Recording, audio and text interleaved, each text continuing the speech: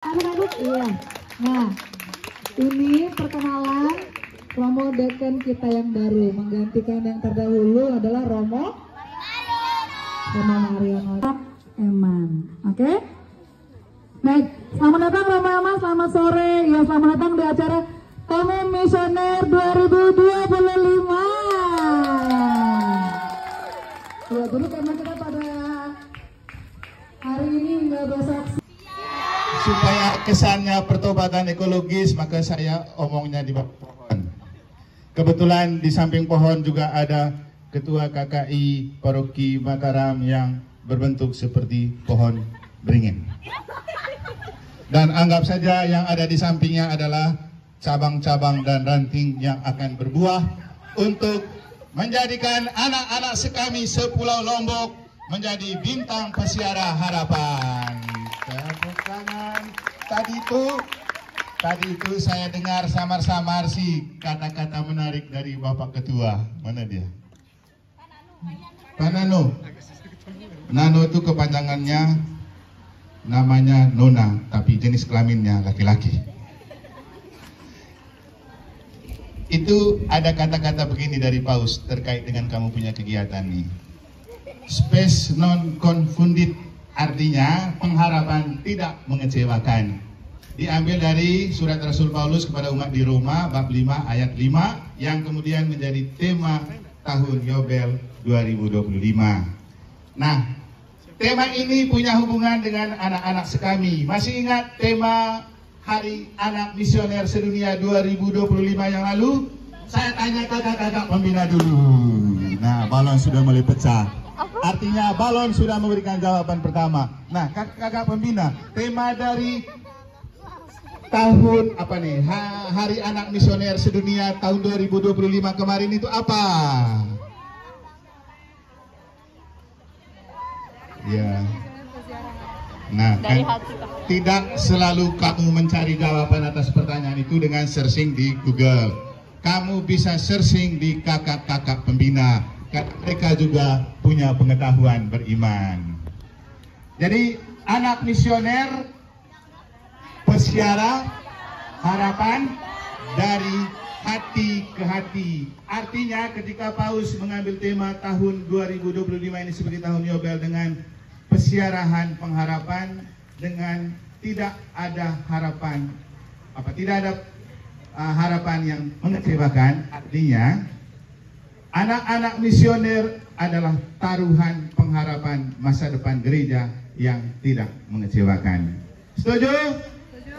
Maka gereja khususnya di Dekenat NTB memberikan gereja di NTB ke pundak dan hati anak-anak misioner supaya kamu menjadi tulang punggung untuk bersiarah membangun harapan. Harapan apa?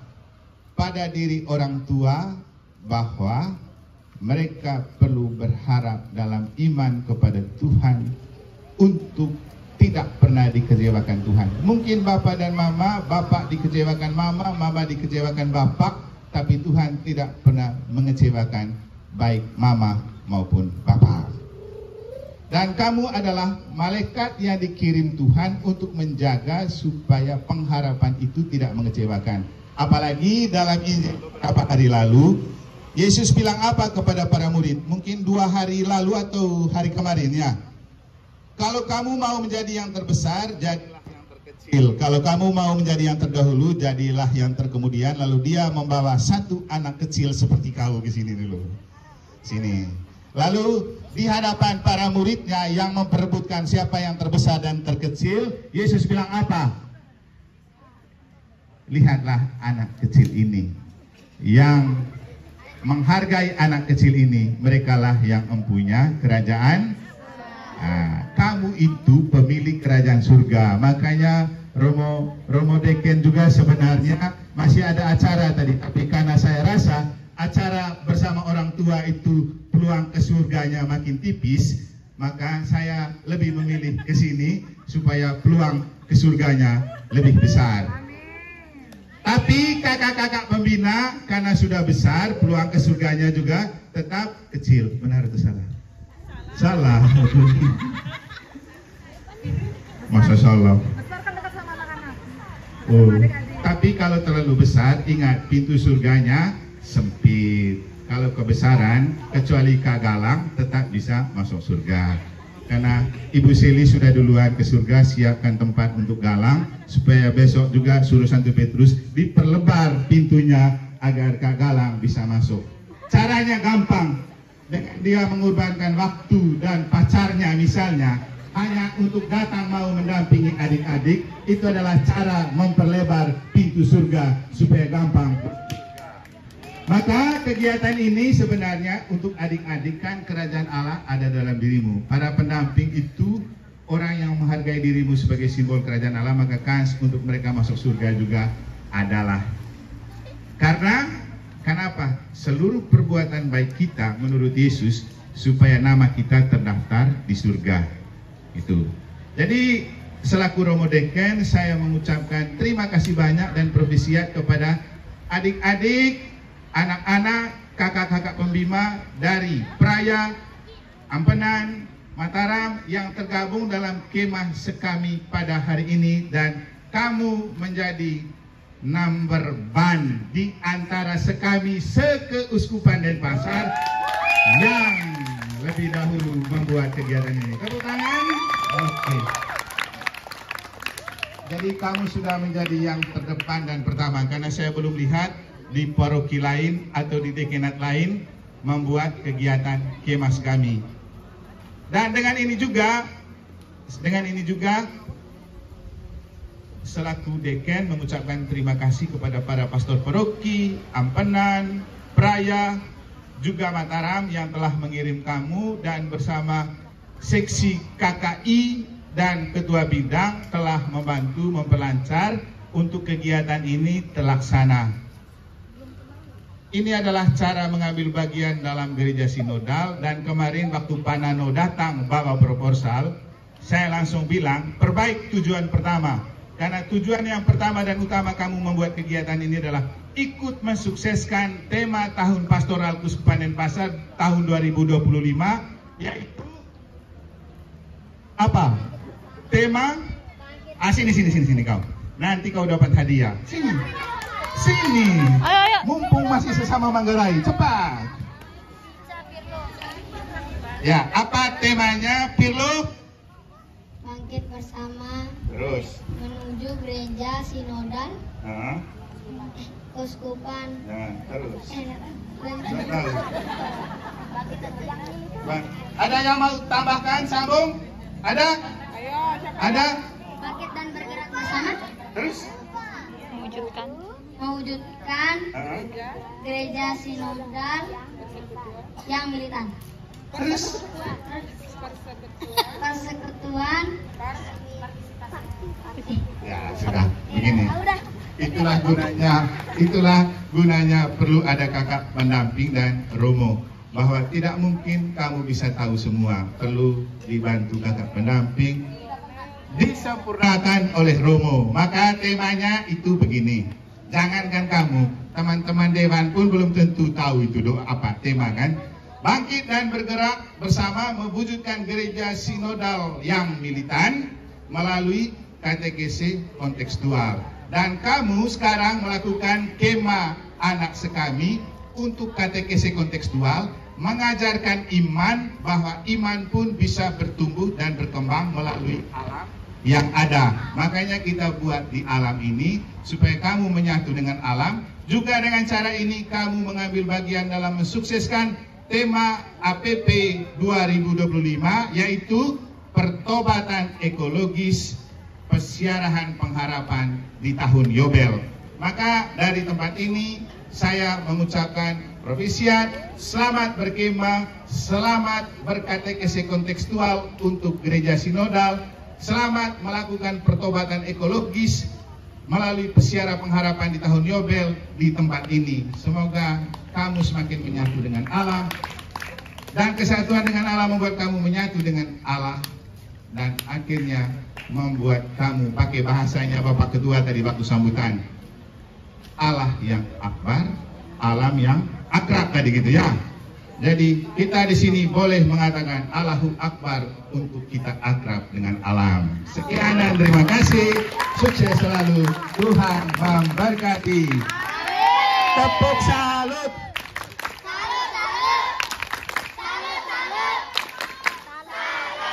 Salut untuk siapa? Alhamdulillah. Sekian dan terima kasih. Luhur kakak pembina dan anak sekami sepulau Lombok. Maka dengan ini saya menyatakan bahwa Kemas kami 2025 untuk sepulau Lombok akan dibuka dalam nama Bapa dan Putra dan Roh Kudus.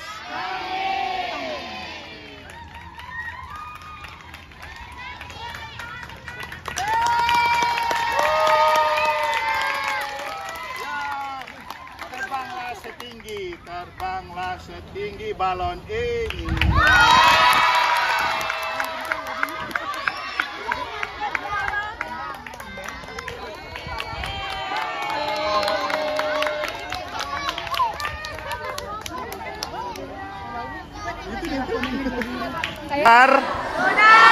Astaga. Sudah capek? Tapi masih mau dengar Romo omong nggak? Hitung mulai dari sekarang sekitar 7 menit ya. Oke. Yang laki-laki, siapa yang mau jadi Romo? Siapa yang mau jadi pater? Romo Iron sudah omong banyak-banyak. Tadi hanya satu saja yang mau jadi pater. Nah, saya Romo Martinus Emmanuel Ano. Sekarang itu sering disebut RD. RD itu kalau bahasa Latinnya Referendum Dominus, artinya Tuan atau Bapak. Kemudian orang bisa pelintir RD itu Romo Diosesan. Siapa itu Romo Diosesan? Sering disebut dengan Imam Projo. Yang termasuk Imam Projo: 1 Romo Eman, 2 Romo Voda, 3 Romo Clemens, 4 Romo Barto. Siapa yang mendirikan Imam Diosesan? Ada yang tahu? Kalau tadi SVD, SFD, SSPS ada yang mendirikan dan itu adalah manusia. Imam Projo didirikan langsung oleh Tuhan Yesus Kristus. Makanya Imam Projo tidak ada gelar di belakangnya. Dulu ada tulis PR untuk mengatakan Projo, tapi sekarang cukup RD di depan, di belakang tidak ada tambahan. Nah, kapan Yesus mendirikan Imam Projo? Waktu dia memanggil 12 rasul. Setelah itu para rasul ini ikut Yesus, dan waktu malam perjamuan terakhir sebelum Yesus meninggalkan dunia, dia ajak para rasul melakukan perjamuan malam terakhir. Itu sama dengan misa. Dan pesan Yesus waktu itu apa? Lakukanlah ini sebagai kenangan akan daku. Waktu itulah Yesus menjadikan para rasul sebagai imam untuk merayakan misa. Maka imam dalam gereja Katolik adalah orang yang bisa merayakan misa, apapun kongregasinya. Sedangkan Imam Projo itu dia terikat dan taat kepada uskup. Contoh, Imam Projo Keuskupan Denpasar taat kepada Bapak Uskup Denpasar. Kalau Imam Projo Keuskupan ND taat kepada Bapak Uskup ND. Kalau Imam Projo Keuskupan Ruteng taat kepada Bapak Uskup Ruteng. Kemudian kapan bisa masuk Imam Projo? Kapan saja bisa. Mau masuk lewat seminari kecil bisa, mau masuk lewat seminari menengah bisa, mau lewat KPA bisa, mau setelah dapat S1 bisa. Contoh, kalau saya Romo Eman mulai dari seminari menengah di Labuan Bajo. Kalau di sini ada Romo Voda, setelah tamat SMA dia masuk KPA. Kalau Romo Lorenz setelah dia mengajar jadi katekis di Papua baru jadi imam. Kapan saja bisa, yang penting mau dan belum menikah. Kenapa Romo Eman mau jadi imam? Karena mau hidup bebas. Orang berpikir jadi Romo hidupnya tidak bebas, tapi faktanya jadi Romo jauh lebih bebas. bisa memandang dan dipandang oleh siapapun. Kalau jadi suami dikancing sama istri untuk cukup dipandang oleh istri sendiri kan. Kalau jadi romo semua orang boleh pandang dan lihat. Itu alasan dunianya. Tapi alasan utamanya kenapa mau jadi romo? Karena jadi romo itu asik. Kemana-mana urus sendiri, atur sendiri. Cukup tanya ke Tuhan. Tuhan mau apa untuk romo lakukan sekarang? Nanti Tuhan kasih jawaban. Makanya imam projo beda dengan imam kongregasi misalnya SVD. Kalau projo bisa tinggal sendiri. Misalnya Romo Barto bisa tinggal sendiri. Dulu saya di Dompu, saya tinggal sendiri. Waktu di negara, saya tinggal sendiri. Waktu di Mataram, baru ada 3 orang teman. Mungkin itu sedikit gambaran imam projo. Intinya, yang penting jadi imam. Mau projo, mau SVD, mau CCM, mau OKAR, mau CDD. Itu semua namanya KBG-nya para romo. Yang paling penting jadi imam, bisa merayakan misa, bisa melayani sakramen. Dan sekarang susah cari imam karena banyak orang yang tidak mau punya banyak anak sehingga susah untuk jadi imam. Semoga di antara kamu ada yang mau untuk jadi imam. Di Lombok kita bersyukur karena tahun ini akan ada imam SVD 1 yang akan ditabiskan. Berdoa supaya tidak ada halangan lagi, anaknya Bapak Soba. Di Mataram tahun depan kalau tidak ada halangan, ada 1 imam yang akan tabis menjadi imam Diosesan Keuskupan Denpasar, yaitu Frater Dani, anaknya Pak Mikel. Berdoa untuk mereka dan adik-adik dan anak-anak yang ada. Jangan lupa bercita-cita jadi romo. Masuk seminari saja dulu. Untuk jadi romo urusan Tuhan. Yang penting pernah masuk seminari. Biar nanti bisa jadi seperti kakak Nano. Kalaupun tidak sempat jadi imam, bisa jadi pemimpin ketua panitia untuk kemas kami di Pulau Lombok tahun 2025. Sekian dan terima kasih. Tuhan memberkati. Amin.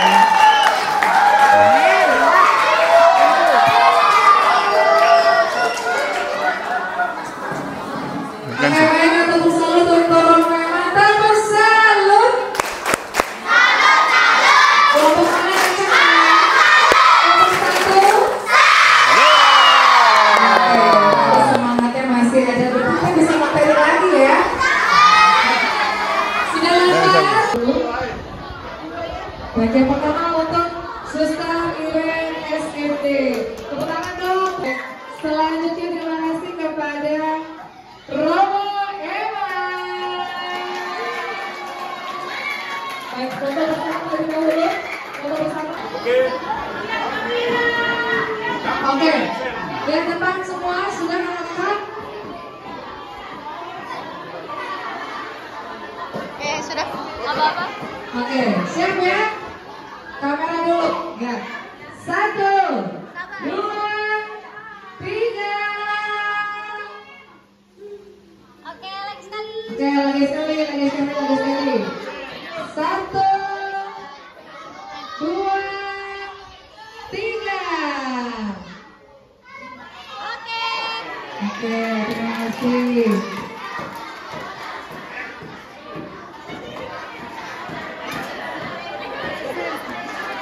Oke, baik sekali, terima kasih untuk Romo Kiro, Romo Eman, Suster Jelis dan juga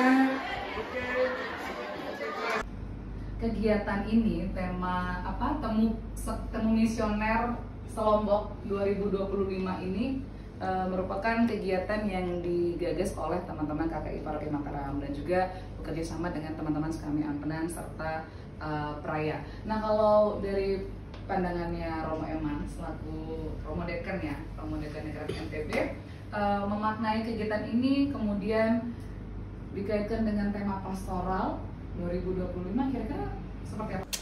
Sekarang kita akan beralih juga ke narasumber kita yang lain. Oke, ada RD Eman di sini, Romo Eman. Halo. Halo Mbak Ina, Kakak Ina. Kakak Ina, ya. Awas bilang Kakak I loh. Aduh, ya Kakak Kakak itu I Kakak Ina ya. kepanjangannya Kakak Ina ya. Iya betul. Oke, Romo Eman, kalau tadi kita sudah mendengar cerita juga dari KKI, kemudian cerita juga dari Ketua Panitia Kemah, dan sekarang kita pengen tanya juga nih sama Romo Eman.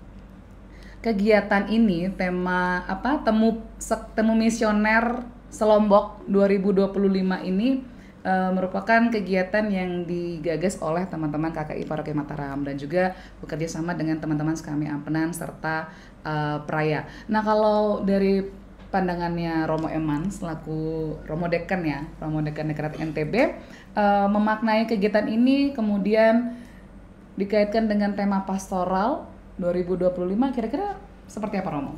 Oke, jangan lupa ngopi dulu Mbak Oh Ina. iya. Kak Ina, Kak Nano, dan Kak David. Ngopi Mama.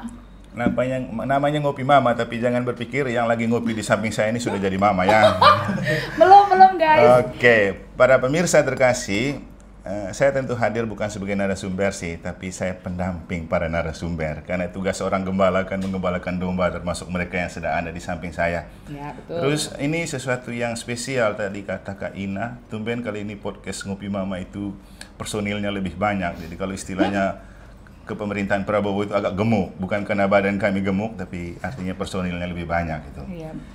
Saya ingin memaknai kenapa harus 3. Ya, ini adalah cerminan dari Allah Tritunggal, Bapa, Putra, dan Roh Kudus. Ada Bapak Deken, ada Pak David sebagai Ketua KKI untuk Paroki Mataram. Dia itu Yesus Kristus ya. Ada cerita Goliat dan David. Kemudian ada Pak Nano. Nano ini dia mantan frater, berarti Roh Kudusnya masih ada. Bekerja. Sehingga kita menganggap bahwa dalam diri Pak Nano itu Roh Kudus tetap berada dan menjiwai kita. Benar kan Pak Nano? Amin. Oke. Atau balik lagi ya. Saya sih selaku deken sekaligus juga mewakili para pastor paroki dari 3 paroki, karena 3 orang ini juga saya pikir sebagai wakil dari 3 paroki yang ikut kemas kami Pulau Lombok ya. Ada Mataram, ada Ampenan, ada Praya. Dan menariknya tadi Ketua Panitia mengatakan bahwa persiapannya singkat, jelas, padat, tapi penuh makna. Saya sih melihat apa yang mereka jelaskan dari pengalaman, dari apa yang mereka sudah katakan, dan dari pengalaman saya melihat mereka melakukan kemas kami, saya ucapkan profisia dan tepuk salut itu untuk para kakak pembina, pendamping, juga anak-anak kami Pulau Lombok. Kenapa? Kamu melakukan satu kegiatan yang kecil tapi punya makna yang besar dan banyak. Kenapa saya katakan seperti itu? Judulnya kan Temu Misioner. Temu kemas kami ya. Temu kemas kami atau kemah temu kami. Oke, tidak terlalu penting. Saya hanya mau mengatakan begini. Pertama, umat kita masih menganggap sekami itu sekolah minggu kepanjangannya. Mungkin kali ini saya memperbaiki. Sekami itu Serikat Kerasulan Kepausan. Serikat Kepausan Anak dan Remaja Misioner. Oke, itu singkatan sebenarnya. Karena waktu saya buat story tentang kegiatan ini, ada satu umat dari Jakarta. Entah karena dia tahu atau karena dia iseng, dia bertanya, "Sekami itu apa, Romo Eman?" Jadi itu. Ketua Sekami tolong jelaskan lagi itu apa itu. Oke.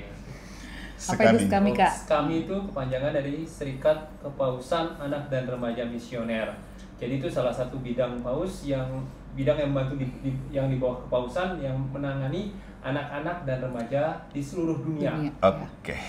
Terima kasih. Kalau kita bicara kepausan, maka ada sebuah karakter paus kita sekarang yang sedang menjadi paus dan masih sakit, dan kita doakan dia sudah akan sembuh. Itu bagaimana dia mencintai anak-anak. Buktinya kemanapun beliau pergi melakukan kunjungan apostolik, pasti yang dia gendong dan dia cium itu anak-anak kecil. Juga waktu datang ke Indonesia dan GBK kan.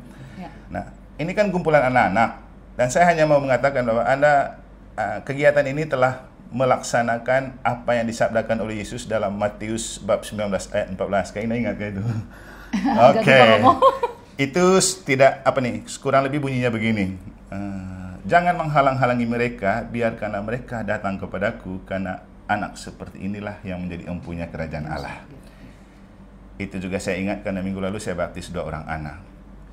Ini kan kumpulan anak-anak, jadi apa yang dilakukan di Temu Sekami Pulau Lombok yang sudah terjadi itu sedang melakukan sabda Allah tentang betapa berharganya anak-anak di mata Tuhan, dan gereja. Maka saya selaku dekan dan juga pastor paroki sangat mengapresiasi dan bangga bahwa kamu telah melakukan kegiatan itu. Seperti yang saya katakan waktu saya memberikan sambutan di sana, ini kegiatan anak kecil yang punya pengaruh yang sangat besar. Karena begini, yang kecil di mata dunia itu selalu besar di mata Allah. Dan untuk saya, ketika kita melakukan karya pastoral dan kita mulai dengan anak-anak menjadi number one, itu sesuatu yang perlu kita maknai. Bahwa kita mulai dari hal kecil, dan Yesus bilang apa? Siapa yang setia dalam hal kecil akan diberi perkara yang lebih besar. Jadi kita sudah setia dengan memulai mendampingi anak kecil. Karena jujur saja untuk karya pastoral di tahun ini dengan tema karya pastoral bangkit dan bergerak bersama mewujudkan gereja sinodal yang militan melalui katekesi kontekstual. Justru itu adalah katekesi yang kontekstual untuk anak-anak dan kamu sudah mempertemukan mereka untuk memaknai tema itu. Kemarin waktu ketua panitia datang konsultasi, saya bilang taruh tujuan pertama itu kamu ikut mensukseskan tema tahun pastoral 2025 karena ini adalah cara kita memberikan katekesi kontekstual untuk anak dibangun sikap militan di dalam diri mereka. Militan artinya kuat dan tangguh dalam hal iman, juga punya rasa cinta yang besar kepada gereja. Jadi kita akan mengumpulkan anak-anak ini supaya mereka merasa memiliki gereja gitu, sense of belonging. Dan itu dasar yang sangat penting karena mereka itu generasi penerus tulang punggung harapan gereja di masa depan. Apalagi temanya itu anak misioner, pesiar harapan kan? Iya. Pesiar harapan untuk gereja yang militan. Dan kita berharap supaya mereka ini menjadi bintang-bintang misioner dan menjadi harapan terbesar gereja untuk ke depan. Di tangan mereka lah gereja kita ini tetap tahan banting, tahan uji, kuat dan tangguh. Sehingga selaku deken, saya mengapresiasi dan berterima kasih kepada para kakak pembina baik dari Mataram, Ampenan, Praia, juga anak-anak kami yang telah ikut, juga para orang tua yang telah merelakan anak-anaknya untuk ikut. Semoga ini menjadi langkah awal yang baik untuk ke depan kita bergereja sinodal. Apalagi tadi sudah dibilang oleh Pak Ketua, kita mau berjalan bersama, dan berjalan bersamanya bukan hanya satu paroki. Ada yang dengan datang rapat, ada yang dengan kontak lewat WA saja. Itu kan kamu sudah menjalankan katekesi kontekstual juga, karena salah satu maksud dari katekesi kontekstual itu memanfaatkan media yang ada untuk kita mewartakan. Jadi lagi-lagi selaku deken saya mengapresiasi dan saya berharap agar kegiatan ini menjadi langkah awal untuk kita bergereja sinodal di saat-saat selanjutnya. Kurang lebih seperti itu Kakak Ina, Kakak Ina. Oke, terima kasih Romo Eman untuk penjelasannya memaknai kegiatan Temu Misioner 2025 ini dengan tema Pastoral Keuskupan Denpasar 2025. Oke, mungkin Romo Eman sebagai penutup, nah kita akan mau mendengarkan nih peneguhan dari Romo Eman untuk kami, para kakak-kakak pendamping dan juga adik-adik serta para orang tua. Oke, mungkin pesan saya begini, kita pakai adagium lama yang pernah dipakai untuk membangun bangsa dan negara kita yang terdiri dari banyak suku, bahasa, agama, dan kebudayaan. Bersatu kita teguh, bercerai kita runtuh. Gereja pun seperti itu. Kalau kita makin bersatu, maka gereja susah tercerai-beraikan. Itulah hakikat gereja sinodal, berjalan bersama melalui persekutuan, partisipasi, misi. Kita solid ke dalam, di dalam gereja. Sebelum kita berkarya keluar sebagai sebuah bentuk solidaritas, kita perlu menjaga persekutuan, berpartisipasi dalam apapun bentuk kegiatan gereja, karena itu adalah cara kita mengambil bagian dalam misi Yesus menyelamatkan dunia melalui karya pastoral gereja. Itu pesan yang pertama ya. Yang kedua, kegiatan kemarin bagi saya juga baik untuk kita memaknai tema APP 2025 tentang pertobatan ekologis kan. Apalagi kamu membuatnya itu di alam yang terbuka, dengan anak-anak dikondisikan untuk menjaga dan memelihara kebersihan dan keapikan lingkungan. Nah, itu juga bagus untuk dari dini mereka diajarkan mencintai lingkungan hidup dengan menjaga kebersihan dan menghargai alam. Dan yang terakhir, ini langkah yang baik untuk ke depan supaya gereja di Pulau Lombok ini betul-betul solid. Bukan lagi tentang Mataram, bukan lagi tentang Ampenan, bukan lagi tentang Praia, tapi kita yang berjalan bersama sebagai gereja di Pulau Lombok.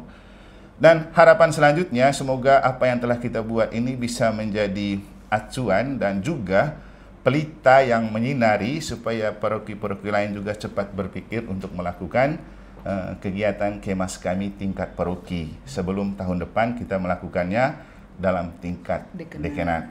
Dan akhirnya saya melihat bahwa ketika hari ini Anda membuat podcast untuk memaknai tema ini, untuk saya adalah ini sebuah langkah awal kita memanggul salib bersama Yesus, karena setelah ini kita jalan salib juga ya. Iya betul Romo. Jumat pertama Jumat pertama. untuk masa Prapaskah dan jalan salib pertama.